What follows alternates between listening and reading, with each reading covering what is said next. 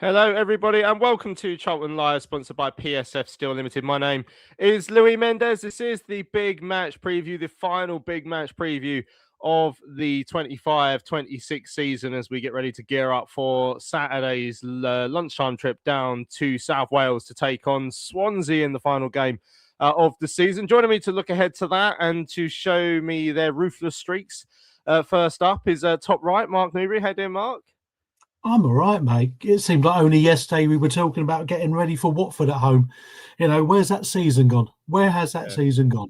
Well, it's ended in the way I predicted it would a few weeks ago. I might just remind people of that as well. But so we're staying up. And also, bottom of the screen there is Tash Everett. How you doing, Tash? All right, guys. Yeah, very good. It's the first time I've been on since we secured safety. So I'm in a fantastic mood. But yeah, as Mark said, where the hell's the time gone? It feels like the longest season ever, but also where has the time gone? Yeah, looking forward to getting to it. Yeah, I've been on loads since we secured safety because that was away at Middlesbrough. People may remember a few weeks ago, as I said at the time. So on today's show, as I said, we're going to look ahead to the game against Swansea in the second half of the show. We've got a Swansea correspondent joining us as well, Luke from the Swans Cast pod. But in the first half of the show, now that we have secured safety mathematically, we are going to go through the squad list, and this is where I need Mark and Tash to be absolutely ruthless to decide which players are still going to be, part of the squad next year. And now, bear in mind, this is a squad that has, will be finishing in the bottom reaches of the Championship, so there'll be work to do in terms of progressing to where we want to be next season. Nathan Jones is going to have to be absolutely ruthless in this summer. So I'm asking Mark and Tash to give him some pointers before we do that. I also want you guys to get involved. Everyone joining us on the live chat, good evening to you. Make sure you do get involved. You can email us studio@charltonlive.co.uk. You can tweet us at Charlton Live. But the right thing to do today, really, for this part where we're going to go through all these players, is to put your comments in the live YouTube chat. Where Paul's in there saying it's good to see me looking more relaxed now. I've obviously found my zen. Yeah, that's totally true. Sam was in there, says, can't remember the last time we're going into a league game where we didn't care too much about the result, just looking forward to the trip and to chill with a few pints. And yeah, hopefully everyone will enjoy that trip down to South Wales on Saturday as we look to see how high we can finish in the table. But, we've done our main job for this year, which is staying up. So we will look ahead to that game later on, but can't do this without an Excel spreadsheet, of course. We have got some choices to be made between now and obviously the start of next season. Luckily for us, we aren't really the ones who have to make these choices, but there is a squad that has got us to this situation where we've stayed up in the Championship. But Nathan Jones said himself, if we're still in this sort of position this time next year, then he won't have done his job. So we are going to go through and pick some of the players that we think will be more heavily involved next year, ones who won't be that involved next year, that sort of thing, ones we feel like might end up being moved on. We had an email from Stuart over the weekend saying the hard work to make sure we're not in this position next season starts now. We need more quality and better players and much needed throughout the squad, from the keeper position to up front. If you want to get better in life, you can't be sentimental, and some people will need to be moved on from a squad that, when all those loan players come back, is top heavy. Meantime, enjoy the game down at Swansea. But Stuart's called it. There's going to be chopping. There's going to be changing between now and the start of the summer. So I'm going to come to Mark first. I've made a little spreadsheet here. I've listed as many players as I could. I've excluded some of the youth players who haven't really been involved this season. Although I've put Zach Mitchell in there. He's only played a couple of games. There's probably others who've played as many as he who haven't been involved, to be fair. But and I've got the loanee players coming back. Well, we're going to go through the squad. I've written down the names of the players. So for the goalkeepers, obviously, we've got Thomas Kaminski, Will Mannion, and Tiernan Brooks, Mark. You've got three choices. You can either go for first teamer, you can go for squad, or you can go for move on. So I'm giving you the goalkeepers. I'm looking at the chat already. Immediately, Spamfisher said that all three of them can go. All hell let loose is saying keep Mannion and Brooks and get rid of Kaminski. Mark, you have to be ruthless in this game. If you want to be at the top of the Championship, you've got to be ruthless. I agree with all hell let loose. I was just looking at before he put it in there. I would keep Mannion as a squad. I would, obviously, Brooks has just come in, and if you could find a buyer, I would get rid of Kaminski. Yeah, so I mean that's interesting. So that's Mark's decisions there. So he'd move on Kaminsky and have Mannion and Brooks as the squad goalkeepers. Valiant then he agrees with Spamfish that all three should go. Sheepy says he thinks Kaminsky's going to retire. I don't think there's been any indication that that's going to happen just yet, as far as I know. Sam, Tim saying keep Mannion, let Kaminsky go because he's a bit higher wages. He's saying. Paul says we need a better first team keeper. Sam saying Kaminsky gone, Mannion loan, Brooks squad. Yeah, I mean Brooks is the backup keeper. That's the way Sam's seeing it. Stephen said we should go for that Sheffield Wednesday goalkeeper. Tash, Mark's gone straight for the jugular there. Which way would you go? I actually would agree with Mark. If I was going to pick a goalkeeper out of the two, I'd go Mannion. I'm not in a anti-TK or an anti-Mannion camp, but I prefer Mannion over Kaminsky. And I think, as you've already touched on, considering how much we spent on Kaminsky, and I'm assuming he's our highest earner at the club, I'm guessing. I think if you can get a buy for him, it's the most sensible thing to do. I don't think I appreciate both keepers, but I don't think either of them is a firm number one for me, and that's a problem. So if you're going to get rid of one of the two, the obvious answer is Kaminsky, isn't it? To be honest, in my head. Mark Drury says that he agrees with our Mark on the show. Stuart says this is one of the rare times that everyone agrees with each other unanimously. I mean, there's certainly been calls. I mean, whichever way you look at it, I mean, you could see it as, you know, Kaminsky being the squad player and Mannion moved on to allow to play more games if we get an upgrade on the goalkeeper. But the long and short of it is, I think there feels like there's a consensus among the listenership here that we need a better goalkeeper overall. James is doing kiss, marry, and avoid, which I don't think is quite the game we're supposed to be playing here, James. But yeah, interesting stuff. So I said you're going to have to be ruthless. It's interesting. I think quite a few people have referenced. We don't know these for a fact. I know wage numbers get thrown about willy-nilly sort of online. I'm never one to really read too much into what people think people earn. So, but you know, considering, as Tash said, we did spend a fair bit on money on Kaminsky, who is a seasoned professional in the top two divisions. You could assume he's probably earning a fair bit of money, you know, comparatively. But yeah, so that is the choice of Tash and Mark and the listeners here.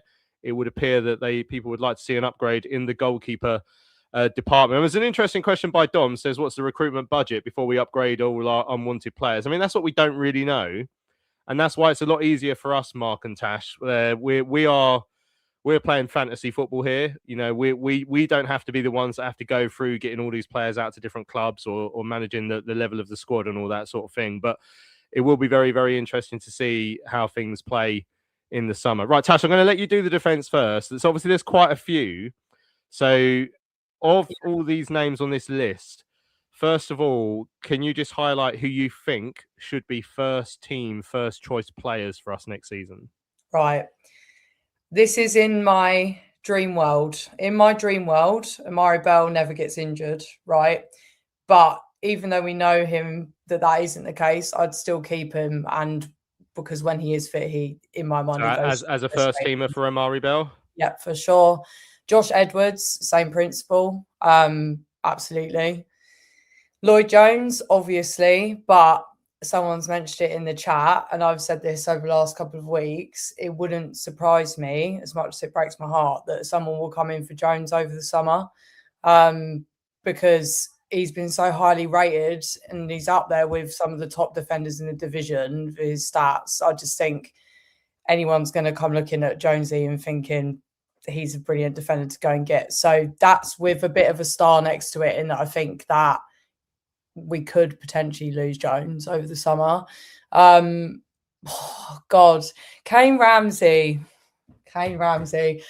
I love Kane, I really do, but that's me probably hanging on to sentiment. I think if we are being brutally honest today, I think the second half of this season in particular, he's not been up to where I've wanted him to be. And I think he could be a squad player, potentially. But Oh, you are being ruthless. Carry on. if you can get money for him, then I think do it. That's being really savage because I love Kane. But and then Luke Chambers, I wouldn't keep. I mean, Liverpool aren't going to sell him, are they? So that's not going to happen. So Chenjay, obviously, he's here for the long term. He's not a first teamer right now. I don't think. I think obviously the way that we're probably going to try and play moving forwards, we want someone like Chenjay in the side. Does he come straight in and does that transition happen that quickly over summer? No. So I think while he will make a lot of appearances, I don't necessarily think he'll always start. Harry Clark.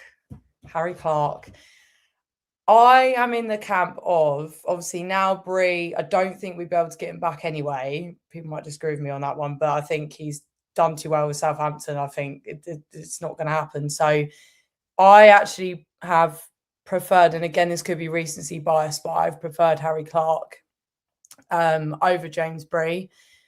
James Bree, when he left, I will say, as opposed to when he started, obviously he picked up an injury, so you have to factor that in. But I've just liked the impact that Clark has had. Oh God, and then Zach Mitchell and Keenan Goff. Definitely keep Keenan Goff for sure. He's a squad player. Zach Mitchell, I can't tell if Nathan Jones is having him or not, because he's played, but he's obviously then been out on loan, didn't do that well in Scotland, didn't get enough game time in Scotland to really know what he's up to. So he could be one that moves on. He could. I wouldn't be surprised if he's kept for squad, but equally, yeah. And then I realised I've missed off Burke and yeah. So all right. So an interesting point. So I think the one that's garnered the most sort of comment there is Ramsey. So I would have Ramsey as a first teamer, and quite a few people sort of agreeing with that. So Freeman and Mark sort of saying that as well. Interesting. Sam saying keep Bell, Edwards, and Lloyd. Would do another loan for Chambers. He'd sell Kane because that's another part of it. If there's someone who wants to buy people, it might help us do other business as well. I think I would want to keep Ramsey. I would, but I can't rely on him as much as I thought I would. So if someone wants to come and buy him, then that's where I would go. Basically. So Mark, I'll let you take over the ones that that Tash bottled. So and she did. I can't remember what she said for Harry Clark. So I'll let you do that one. So I mean, let's start with an interesting one. Reece Burke. I think he's got at least one more year on his deal. Yeah, no, straight out the door. I don't think he's capable of putting together a run of games where he would be consistently fit. And I think we've suffered so much over the last seasons of players like that who you think are going to get fit and get back, and so he's moved on. Maka is moved on, and then with Clark, if we made a bid, I wouldn't upset me. I would move on Kane Ramsey as well, because we're supposed to be ruthless. I think after his Millwall sending off, which I guarantee with 11 players on that pitch, we'd have won that game. When he came back from his ban, he just didn't have the confidence. He didn't have the swagger. It seemed to be a lot to get back into that. I mean, look, you never know, playing with knocks and stuff. He's got another year left, so he could walk out for nothing at the end of the season next year. Do you keep him as a squad player? It depends who else you've got to bring in. But I think if you're going to be ruthless with this, I think Ramsey on that side, I would move on. So when you say move on, are you talking about as in to get a fee for him, or you don't think he's good enough? If we could get a fee for him, yeah, great. But it's difficult when there's only a year left because people look at it and go, well, we can wait. So, if you keep him as a squad player, he's there. But I think we've got to trim 28 players down to quite a bit, not counting the young uns. So I like Goff. I think Goff's a good squad player on that side. So I think if you're going to be ruthless, you're going to move on Ramsey. Yeah, well, I'm genuinely surprised by that. I mean, I have Kane in my first team, so both Tash and Mark disagree with that. But Yeah, I mean, Stuart said he's a bit harsh on Kane because he's playing out of position at times. Spam saying Macca's too slow. Stephen says Gillespie's such a shame given his improvement, but he isn't championship level. I mean, Paul's making the point here as well. We can't gamble on injury-prone players anymore. So you could argue that that's the same point for Amari Bell, unfortunately, as well. But yeah, so some interesting stuff there. Burke has the most interesting warm-ups, though. We will miss that entertainment, says Emil. I have to admit, I've never actually watched that, so I have to keep an eye out for that. So, Stephen says Burke's too injury-prone. All Hell Let Loose is asking if we're talking about the Ramsey after or before the sending off. Paul's saying, move on Macca and both Mitchells. I like Harry, but he's shown he's got more than a mistake in him. Hopefully, Josh will come back, in which case, no point trying to get Chambo back. Yeah, that's sort of the way I kind of see that. Like, I think Chambers has done fine for us. He's done well. But if Josh Edwards is back next season, then Liverpool, you think, wouldn't send a player out on loan to be second fiddle when he's at that stage of that career where he needs someone. So I still don't think we've got an answer on would we try and get Harry Clarke back, or I certainly haven't recorded it. So what are we saying? What are we saying, Tash? I would say yes. Obviously, it kind of depends what Ipswich do, because if they go up, then there's no reason why they wouldn't. I don't know how long he's got left on his Ipswich deal, actually, so this could be complete nonsense. But I'd say is he good enough to be our first choice at right wing back? Then is that what you're saying, or would we get him in the building to keep him as a squad player? People will hear this and they'll be like, "Yeah, but you're not having Kane Ramsey, so what in that position?" I would say yeah, I would. Now I've got myself in a twist. Problem is, we're going to end up with about a first team of about 15 players here, first 11. I'd say yes, judging off what I've seen, yes. Yeah, interesting stuff. Ramsey at fault for goals at Millwall. He can go. Valiant saying Clark's not worth 3 million. I don't know if I've seen that. Mark says Clark is a very good Championship player. Got promoted in that record-breaking season with Ipswich. That's interesting. Stewart said he'd have Bree over Clark, but if we can't get Bree, then go for Clark again. Rob saying offer Kane a new deal. If he doesn't sign it, then sell him. Simples. Mark saying he can't get to grips with Chambers. Poor defending one-on-one and doesn't really get forward. He's definitely not a forward-minded player. I think it's always been more the right-hand side for us that's sort of been looking to do that when Clark's been in there. Kevin saying Amari doesn't get injured if he's playing in a back three, which feels like it's more likely. But yeah, the only Freeman reckons Clark is Championship quality. But Dom says Harry Clark has more minuses than pluses, and James is worried about what sort of money he'll be on if they go up into the Premier League. Right, let's move on to midfielders. So there's some really interesting ones in here. Whose turn is it to go first? I think it's Mark's again. So Mark, I'll put you on the spot in terms of what I said to Tash for the defenders. The easiest thing to do, maybe first of all, is to go for which of these players do you see as first choice starters for us out of these midfielders listed down here. And just for those of you listening and not watching, I've got Apter in here as well as sort of part of it. Obviously, we've got Ibby in there, who I suspect Mark will say first choice and make him captain. I think of that list you've got there, I think you would have two who I would consider to be a first choice. Then you've got squad, and then you've got ones. I mean, I know you've got Cody on there, but we're not going to be able to afford him. It'd be a huge upheaval for him to move his family down here. I think the only two on that list, I think, would be my first choice would be Rankin Costello and Doc. Nibs, Carey, squads. Obviously, Fuller in the squad.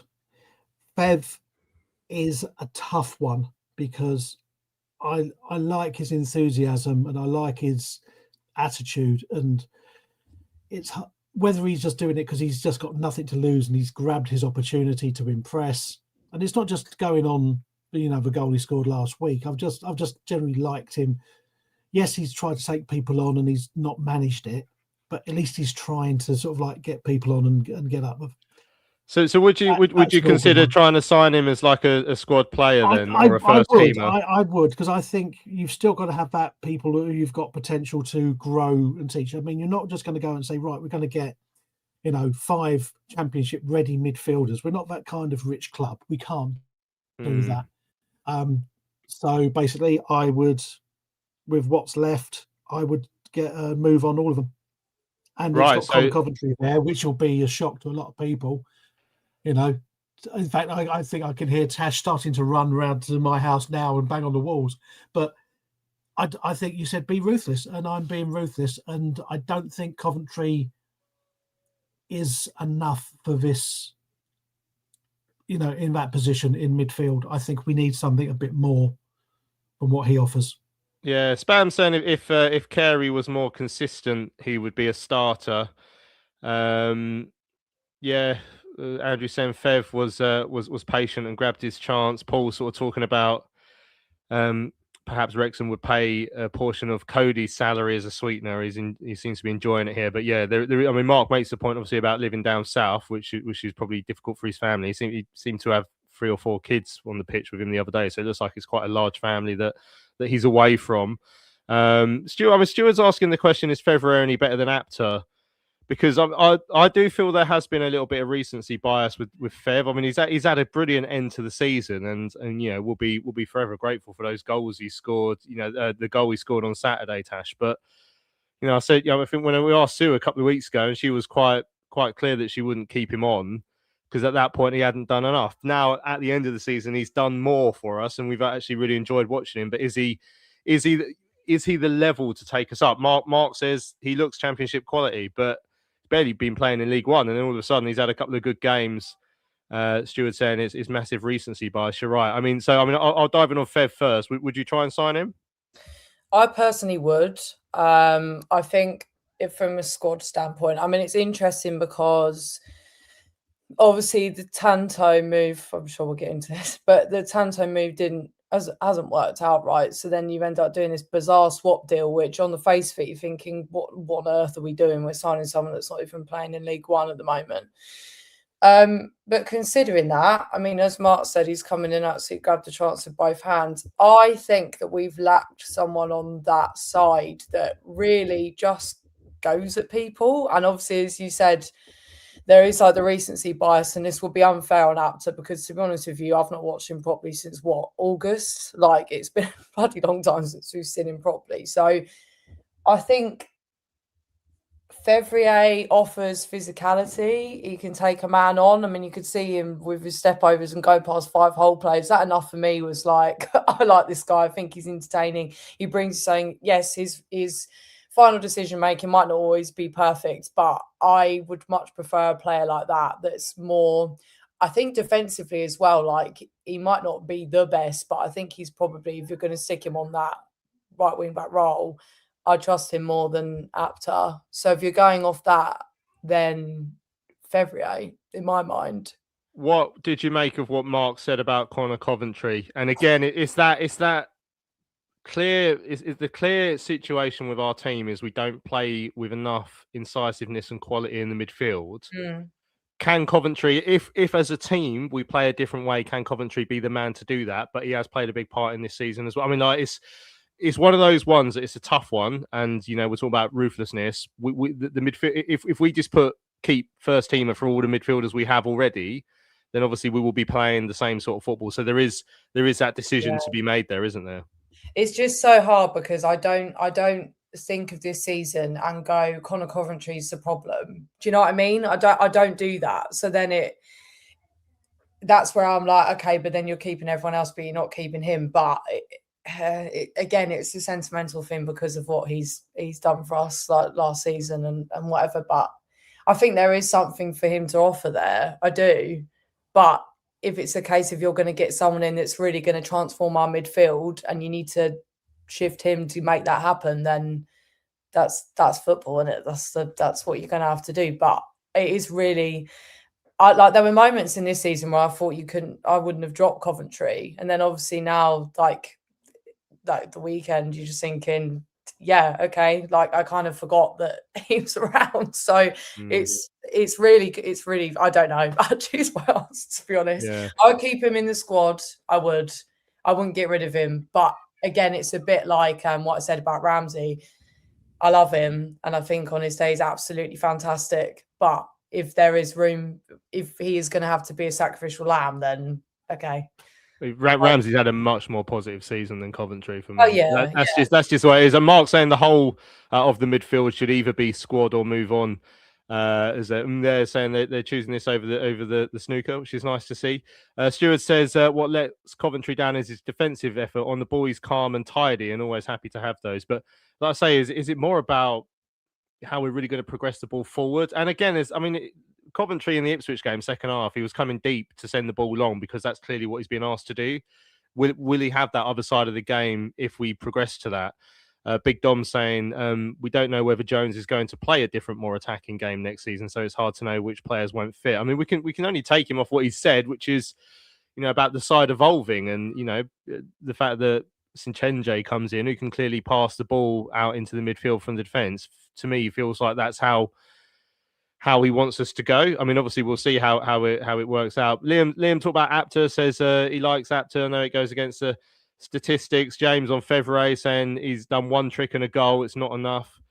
Stephen saying the interplay between Kerry and Apter back against Watford was so good. If we could harness that, they'd be awesome. So, this is sort of the nature of it. Maybe we're writing players off quite early here as well, but that's the fun of the debate, isn't it? Right, let's get into the strikers.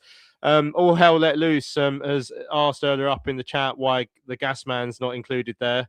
I'll let you pick your own answers for that, really. But Tash, it's your turn to go first this time on the strikers, I believe. So pick your first choice, 2 or 1 or 0 from the first ball. Right, Kelman. First choice? Yeah.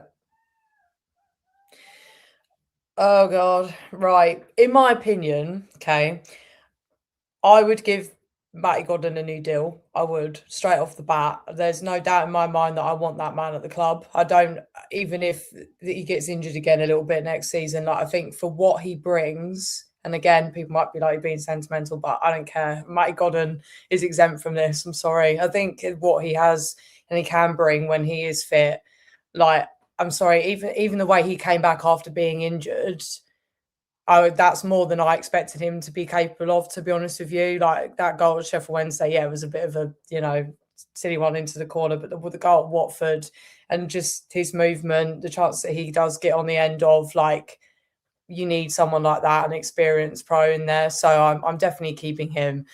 Now, this is where it gets interesting. So, Lyndon Dykes. I keep Lyndon Dykes. Do I keep Lyndon Dykes? I really like him. But Mark's like, no. I really like Lyndon Dykes. However, if we are going to evolve the style of play that we want to play, then maybe we don't keep Lyndon Dykes. But then do you need the other option as well? I know. A tough one, isn't it? This is where I'm conflicted. I like Lyndon Dykes a lot. If we are wanting to move on from the hoofball style and relying on that and just, it's not his fault, by the way, but just being the target man, then maybe we don't keep him. That's really hard. I'd say move on. Tash has spoken. All right, so let's go through. Let's go to the top one. So Tyrese, when I say top, I mean he's top of the list. Before anyone who's not listening, I'm not saying he's the best. He's our best striker. That's obviously for you guys to decide. But Liam said if TC has moved on, I'll cry. Mark says keep TC. Spam saying TC is still the player other managers fear the most. Whereas Valiant says if a bid comes in for Tyrese, we should take it. So, mixed views there. I think more, judging by the chat, I think more are leaning towards keep TC. Yeah, Paul saying keep TC as well. Are you keeping him and is he a first choice or is he a squad player? I'll let Mark take that one on. Yeah, please. Yeah, thanks. Oh, crikey. It's for one out of all the names, which I was just... I know what I do, by the way. I know what you would do as well with him, and it's just... it's one of those ones. I agree with Tash with moving Dykes because we have to play a certain way when Dykes is on. TC has had us one season in the Championship, so he's got that experience now. We know when he's on it and he's taking people on and he hasn't got to do the defensive duties, he's way better. I think he's if he can still work his game, which he can because he's still young, I'm keeping him. And it's But in what role? I'd like. Thing is, I like playing a 2 up front, and I'm an old-fashioned 4-4-2 kind of person, and I like wingers, and I like a winger on one side who can cross in. And I think, Kelman is a no-brainer. I would thinking if a choice comes down between Godden and Dykes, I think I would keep Godden, because I think a fit Godden, even on a bench, gives you something. Dykes limits the way we play. I'd move on the other two. Tyrese, he's such a dividing player, and that's the thing. There's no right answer with him. There's 100. That is 100% right. There's definitely no right answer. Opinions, and it's I'd it's like to see him do more. Yeah, James has said that TC is a keeper, which is useful because at the moment we haven't actually got a keeper in our first team. So maybe, but I like TC, but obviously want more from him. But I definitely have him around the first team. See which way we go with that. Tash, very quickly, you've got 30 seconds to tell me what's going to happen with Miles and Tanto. Brilliant. Tanto is with a heavy heart. Move on if you can. It's a shame, but I think if you saw him in games, he had plenty of chances that he just didn't. He should have put away, and he didn't. So it's a move on. Thanks very much. Oh God, Miles is a squad, in my opinion. I am still holding out hope that he can, make himself a first team person. But not first team person, because he's a first team person, but a starter. I think you need the target man sort of vibe there still with the flick-ons if you do want to play like that. So that's my answer. Excellent stuff. So, we've gone through the whole squad. We've definitely ended up with more first teamers than we can actually play in a game of association football. We've ended up with no goalkeeper. At one point, Kane Ramsey was on the move list for a couple of people, but not for me, which was a bit of a surprise. Tyrese, build the side around Tyrese Campbell. There we go. That will get some comments for next season. Right, let's leave it there. We're going to have a break. When we come back, it is time to focus on our trip down to Swansea on the final day of the Championship season. PSF Steel Limited is a trade supplier of steel fabrication and erection services to the new build, construction and refurbishment market in southern England. With their unrivaled depth of experience, they excel at providing their customers with high quality and cost-effective steel fabrication solutions. Their customers include national and regional house builders, such as Barratt Homes, Bellway Homes, the Vistry Group and Taylor Wimpey. They pride themselves on their service-based ethos and commitment to customer service excellence, which includes full technical backup and on-site services and support. If you would like more information, go to www.psfsteel.co.uk. That's www.psfsteel.co.uk. Hello fellow addicts, I'm so excited to tell you all about our micropub, the River Ale House. The River Ale House is based in East Greenwich. It has 6 Pub of the Year awards, an ever-changing selection of amazing beer. It's owned by Charlton fans, walkable to the ground in just 20 minutes with buses that go direct to the Valley too. If your matchday routine includes a drink with your friends, you must join your fellow addicts in the river. See you soon. Right, welcome back to Charlton Live, the final big match preview of the season. We've had a clear out of the squad. James is now asking if we could do the same for the Charlton Live guests. We talk about being ruthless now. That could get quite messy, couldn't it? Quite a few people saying they'd move Lee Byrne on, which has come up in the comments while we were in the adverts there, which is interesting. I think Mark said probably not Championship standard consistently enough. Joe said he'd move on both Miles and Tanto. Spam says if he wasn't called Lee Byrne, it wouldn't be a debate. Someone else said, though, if he feels that Lee Byrne will come good. I've lost the comment now, but there it is. Sorry, Lee Byrne will come good, but not with us. That was from Andrew. But yeah, quite a few people saying Miles to move on.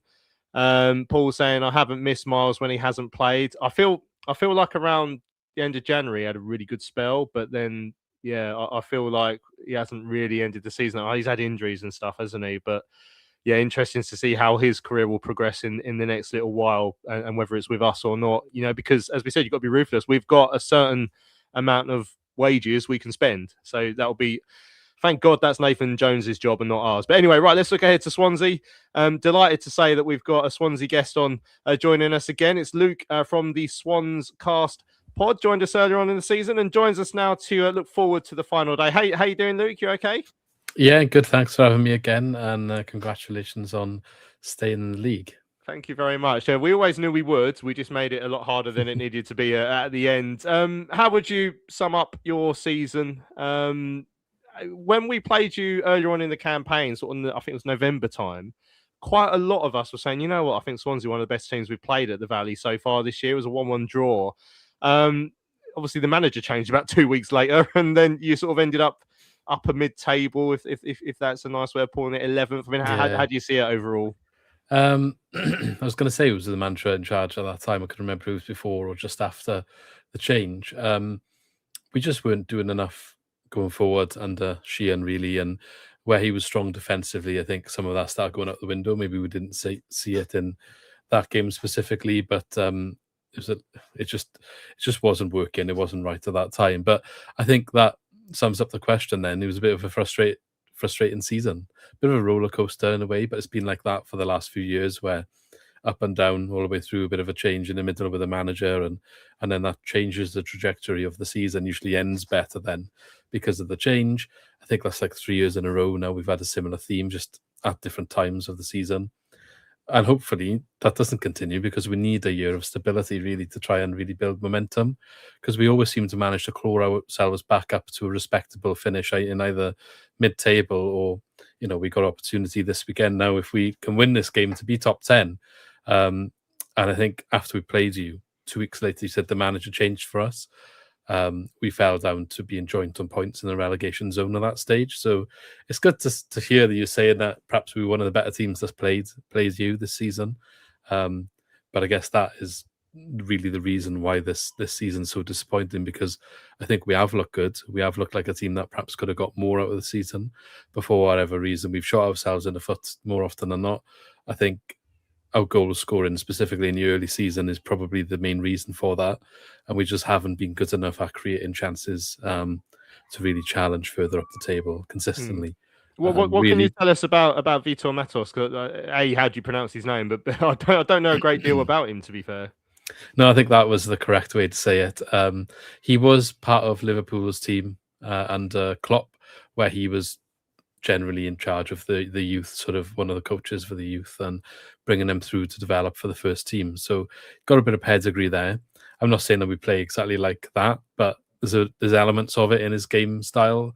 High press, high intensity, likes a lot of energy and work rate from the players, try and winning the ball back when we don't have it. We're not as possession focused as perhaps previous Swansea teams, but I would argue that's probably a good thing. I think in today's game of football, there's other things that are perhaps more important than just keeping the ball. And I think teams are quite well versed in how to set up against that style of play at the moment. So he's definitely made us better going forward. Not always from open play, but a little bit more of a threat from set pieces than we were before. And just generally doing a better job at seeing results through, being a little bit more difficult to beat. And just playing generally okay. I think there's been some dull games and some other games that have been better, but the themes have been quite consistent, and I think that's what we didn't have before. Our home form, specifically under Matos, has been outstanding. I think it's been one of the best in the league since he's been appointed. It's the away form then that's really let us down, but that has actually improved in the last month or so as well. So, the foundations and the building blocks have been there since he's come in to perhaps say we're a team that could have done better this season. I think if you take his points per game return and apply it to the entire season, we probably will be in that playoff picture coming to this stage of the season now. It's just that brief period of September, October that really has let us down. But Matos has come in and really steadied the ship, done a good job. And I guess when we're at the end of the season now, Swansea don't really get talked about as a team that were in a relegation fight. But I could tell you when Sheehan got sacked, we all thought we were in a bit of trouble. So that just shows how well Matos has done since he's come in. Hey, Luke, you've joined us as Tash and I have been culling our team and squad for the season, and we've managed to get rid of at least 85% of them. Working on you keeping Vopotnik, who just looks awesome at this level, how many do you think you'd need to change to bring in to actually put a real run on a promotion? I mean, remembering next season, you've only really got to finish top 8 to get in with a smoking chance of a promotion. Yeah. Would you be as ruthless as us and get rid of sort of like 80% of your team? Or do you go, you know what, we're only 1 or 2 short from being a challenge? I think you've got all the money in the world, you maybe would be more ruthless. But no, I think there's good foundations there. I think they've had a good couple of summer windows where they've brought in some tidy players. And I really do think we're only perhaps 2 or 3 players away from, like starting first team players away from being a really competitive outfit. Like we're nearly there, especially at home at the moment. There's quite often we're perhaps letting in poor goals or shooting ourselves in the foot with some of the sloppy defending. So one of the positions I would like to strengthen would be centre-back, which is perhaps a little bit controversial in some quarters. I think a lot of Swans fans would agree. But we signed Cameron Burgess in the summer, and he was meant to be a little bit of a big name for us. But for whatever reason, I'm not saying he's necessarily been horrendous. He hasn't been horrendous. But him and Cabango, they can work really well together against certain opposition. But against other opposition, I think they're too similar. They offer the same things and they can get exploited. And when they get exploited, they can look a little bit poor sometimes. Burgess has had quite a few games where he's made a bit of an error that's proven quite costly. But he's left at the centre back and they come at a premium, you know. So it's not the easiest thing to sort of fix. The other main area of the squad I would like to address would be the wingers. As much as I think they've improved a little bit towards the end of the season, we just don't have like top 6 quality wingers or league leading wingers who provide you with goal contributions enough. Like our guys, they can be a bit tricky. They can look like they're doing decent bits here and there off the ball, but then the actual impact on the result is just not enough, whether they're scoring a goal or creating a chance or an assist. You know, most of our assists are coming from a left back, Josh Tyman, who got into the team of the year as a result of his efforts. But like then that begs the question, what are the wingers doing? You know, like we need a little bit more from them. And when you've got Vopotnik, as you mentioned, looking so clinical, you know, scoring basically half the team's goals and massively outperforming his XG. The reason he's outperforming his XG is because the quality of chance this season that he's had for a lot of the year has not been good enough, that he's kind of had to overperform to sort of get the numbers that he's got, which is how he's had such a good season and why he's so highly regarded down here now, because of that work that he has done. You know, it's not off the back of tap-ins. A lot of it's been off the back of scoring goals that he probably shouldn't be scoring, and then getting the top goal scoring in a team that hasn't been created chances. And a lot of that comes down to the creativity behind him. So whether that's from the wing or perhaps a number 10. So that's the other area I would look at. And I would like at least two players that could play across the 3 positions that actually have a bit of spark and like creativity behind them and are going to do a bit of damage. Because if you look at the top 6, like they've all got quality or some players that can do some damage in those positions. And I think ours just haven't done enough really on the course of the season.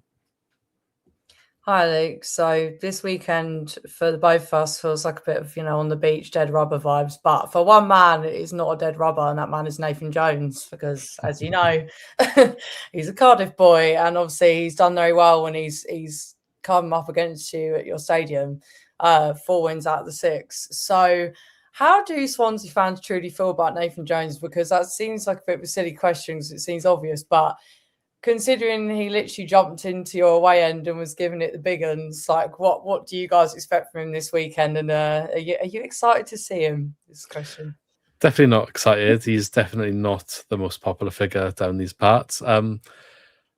He's a name that's caused controversy and frustration, I think, down the years, not directly through perhaps his association with Cardiff, but his indirect association with Cardiff, I think, obviously is the reason. And the way that he kind of plays football has been, I guess you could say, the way that we play football is quite opposite, or have in the past maybe as well. So that clash is also sort of makes the sort of discontent towards him a little bit bigger. And yeah, like you said, in the past he's celebrated quite heavily when he scored. And we also haven't had a very good record playing his teams. To be honest, we just haven't really got the better of him all the time. It doesn't matter who he seems to manage; he always seems to make it difficult for us and get results, and then he celebrates so much, winds the fans up. But there's one thing that he did do, which not really his fault, to be fair, but our former sporting director, or I can't remember what position he held now. There've been so many different names over the past years, but equivalent to sporting director, let's say, Paul Watson, who knows him from their time together at Luton. Brought him into, I don't know if it was a home or away match, but they went to watch it together in the Swans fans' end. And he was pictured, obviously, in I think it was in our ground.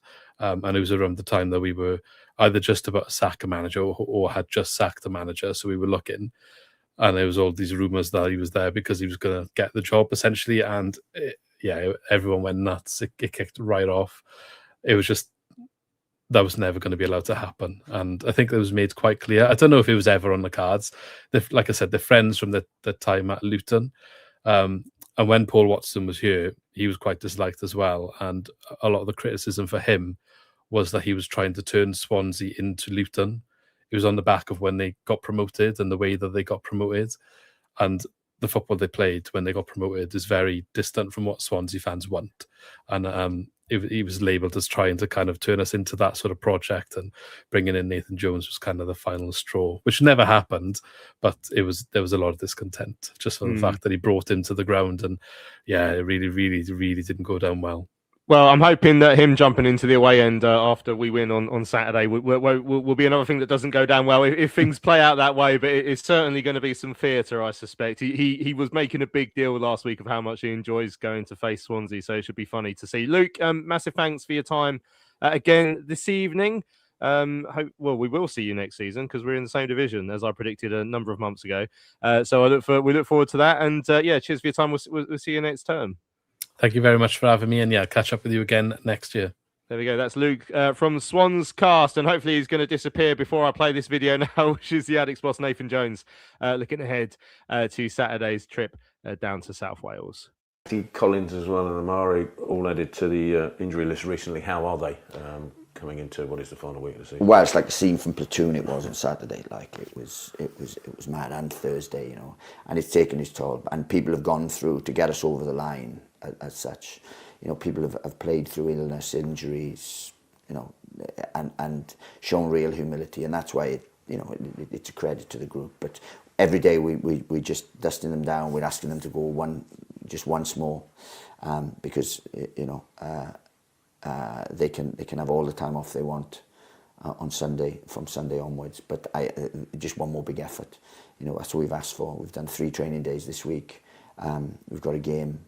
And we just asked for one more big effort. I want to mention those players, but and I'm sure you've been asked before, but there will be questions. Will you put a risk side out? Will you put a side out full of kids? Will you, because it's the last game and we're safe, but the injuries might play its part in giving you not a lot of choice on who you pick. No. All we're thinking about is being really competitive and trying to win the football game. I want to finish as high as we possibly can, and to finish higher than where we are now, we have to win the game, and that's what we want to do.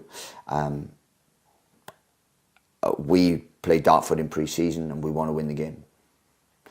We go to Slovenia and we want to win the game. We play Carabao Cup game, we want to win the game. We go to Swansea away on the last game of the season, we want to win the game. And that's all I'm concerned about. I'm not concerned about because I'm not going to learn a hell of a lot in one game by massively experimenting and trying to play a different system and trying to play all sorts of different permutations and trying to be clever. No, I'm very proud of our record here. I'm very proud that we are the team we are. Yes, we will get better and we will evolve, and I don't want us to be in the same position on every level that we are now in a year's time. But right now, we have to be professional in trying to win a football game. And with that, of course, we managed to achieve what we needed to achieve at the Valley on Saturday, and that was special. But because they've been exceptional at the Valley, but also exceptional has been the travelling support, and it'd be nice to sign off to give them a reward for all the miles they've travelled in the season. Oh, wonder, yeah. I mean, the way fans notoriously are, because it's a day out for them, and they are, a little bit more I think jovial at times than home ones. So the away support we've had has been quite phenomenal. I mean, the Championship is that kind of league as well. You know, you look at how many Hull brought, you look at how many Ipswich brought, and it don't have to create an atmosphere. You know, it's so much better when that end is full. You know, with the greatest respect, some of the teams who played the year before would bring a few hundred, and it doesn't create the level of atmosphere, and we thrive on that. And then Saturday, you know, we urge them to travel. It's a wonderful place they can go to, Wales, I mean. It's a wonderful place they can travel through. They'll go see hills and valleys, and some beautiful beaches there. So if they want to make a weekend of it, they can. But we ask them to travel once again, and we said we're asking the players for one last effort, and we want the fans as well as part of this football club to do that as well. There we go. Nathan Jones from the Welsh Tourist Board looking ahead to Saturday's trip down to Swansea, the Addicts' final game of the season. One I've thought about very little this season, this week, Mark. Whereas in the days leading up to the whole City game, that's all I could think about was, right, we really need to get a result. We're in a lovely position now where we can go into this final game of the season and relax and not worry too much about what happens, but it would be nice to go there and end it, you know, on a really high point and get a result down there. Obviously, Nathan would be very keen to do that. There isn't much room for manoeuvre in terms of trying other stuff, as Nathan has said there. But is there anything you'd like to see on Saturday that we perhaps haven't been able to see because of the position we've been in over the last few weeks? Not really, because I just think, as you said, we're not going there looking to get something. This has got, you know, it's got a Desmond written all over it. I wouldn't be surprised if it's 2-2. I think it'd be nice to get something there, even if it's a point. It's lovely to get 3. A point would be great. But he's right. I think the away travel has been phenomenal, and it's made for atmosphere in so many grounds, you know, and we've taken a lot of home teams to task. Obviously, he's got a great record there. They hate him, you know, but look, there's a long queue of people who hate Nathan Jones. I'm not one of them, funny enough. As much as I dislike a lot of people, I don't hate Nathan Jones. So I don't think it's much point. I think it depends who's fit. Obviously, Doc left on crutches on Saturday, so I would be surprised if he was back. Possibly Kane comes back in because we were promised that he'd be back in, but because if Collins, who seemed quite bouncy after the game on Saturday, whether he's that knock he picked up has cleared up, it really just depends. I mean, he's not, like I said, Nathan's not going to take it lightly, and so if he set up in the same formation, maybe not the same players, but the same formation we had against Hull, it'll give us a chance. I mean, and the Potnick for them, I think it's the kind of game that Lloyd Jones will love playing against him.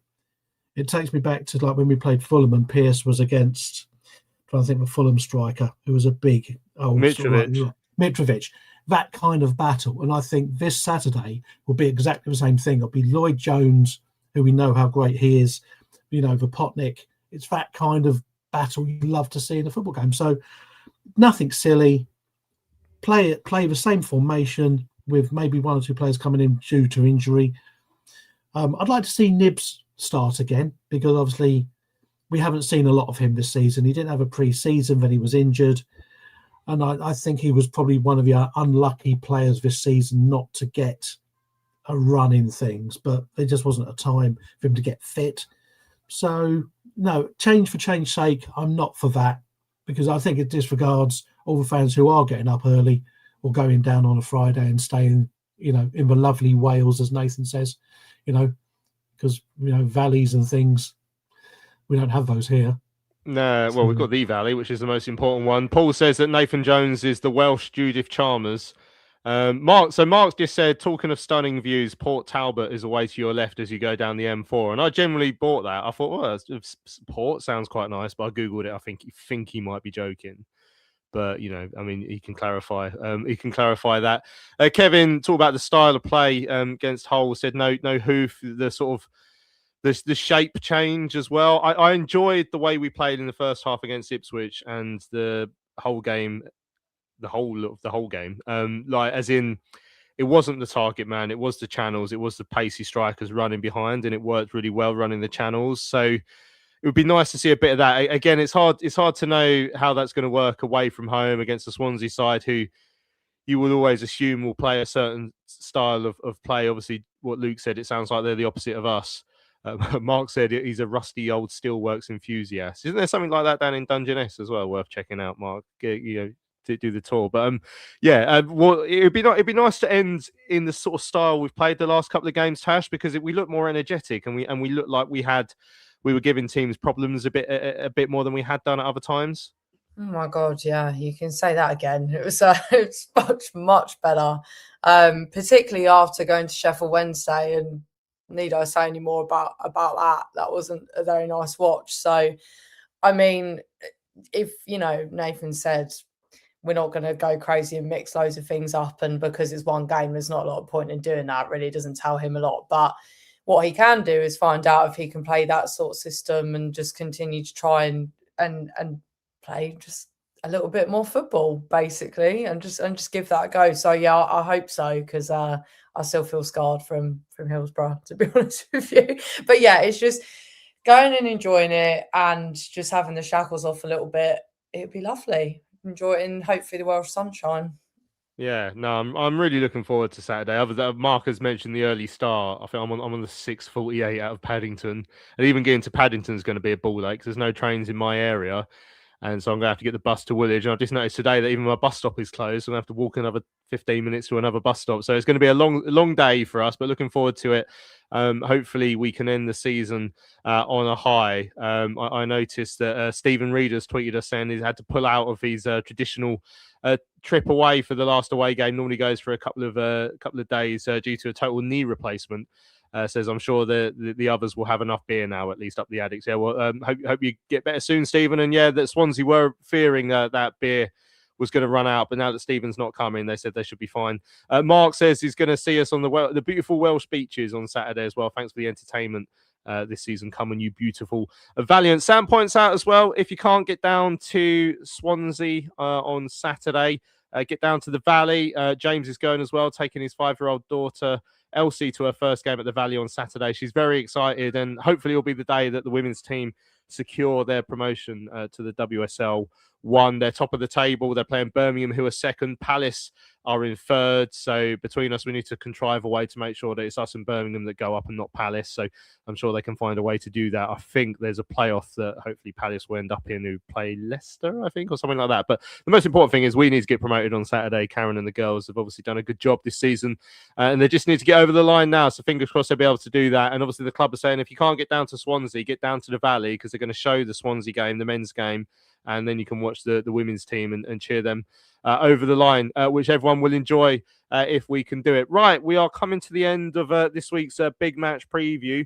It's been a fun one, actually. I've quite enjoyed going through the kill list of the squad, and Mark and Tash have been ruthless. There are players that we haven't mentioned, actually, the likes of Carnu and Mbit, because they weren't on this year's squad because they didn't play this year. I didn't actually mention them, but there's more to chuck into the mix for next season as well. So it would have made it even more complicated. And as I said earlier, I'm glad I'm not Nathan Jones having to come up with how you get this squad into the position you want it to be in. But yeah, really excited to see how that works in the summer. Don't forget, back on Sunday for what will be our last show of the season. I've made a montage of all my favourite moments of the campaign, so make sure you don't miss that, if nothing else. I think we'll probably do like our goal of the season, favourite game, that sort of stuff on Sunday.